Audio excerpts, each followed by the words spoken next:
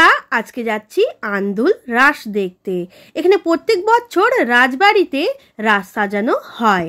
এখানে এসে দেখি রাজবাড়ির ভিতরে যে রাস সাজানো হয় সেই রাস উঠে গেছে। আমি এখানে এসেছিলাম 19 নভেম্বর।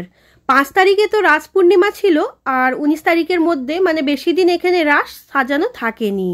আপনাদের একটু ফ্ল্যাশ লাইট অন করে ভিতরে কিরকম কি সাজানো হয়েছিল, এই পুতুলগুলো আছে আপনাদের একটু দেখিয়ে দিই। এই যে এখানে দেখতে পাচ্ছি পিছনে ওই পুতুলগুলো ছিল, ওইগুলো দিয়েও সাজানো হয়েছিল। তো এখন তো উঠে গেছে, কিছু আর করার নেই, কিন্তু বাইরে যে মেলা বসে সেই মেলা এখনো আছে। আর সেই মেলার মাঝখানেও একটা সুন্দর করে রাসের মঞ্চ সাজানো হয়। তাহলে যাই, চলুন দেখি। এখানে প্রথমে দেখতে পাচ্ছি গণপতি বাপ্পা, আর এই যে এখানে মেলা বসেছে এখানেও বেশ সুন্দর করে রাসের মঞ্চ সাজানো রয়েছে। এখানে রয়েছে গোপীরা, আর মাঝখানে রয়েছে শ্রীকৃষ্ণ আর রাধা। এখানে রাজবাড়ির ভিতরে যে রাস সাজানো হয় সেগুলো তো উঠে গেছে, কিন্তু এইখানে এই রাস মঞ্চ আর মেলা থাকবে মঙ্গলবার 25 নভেম্বর অবধি। তাহলে বন্ধুরা, দেখা হচ্ছে নেক্সট ভিডিওতে। Thanks for watching.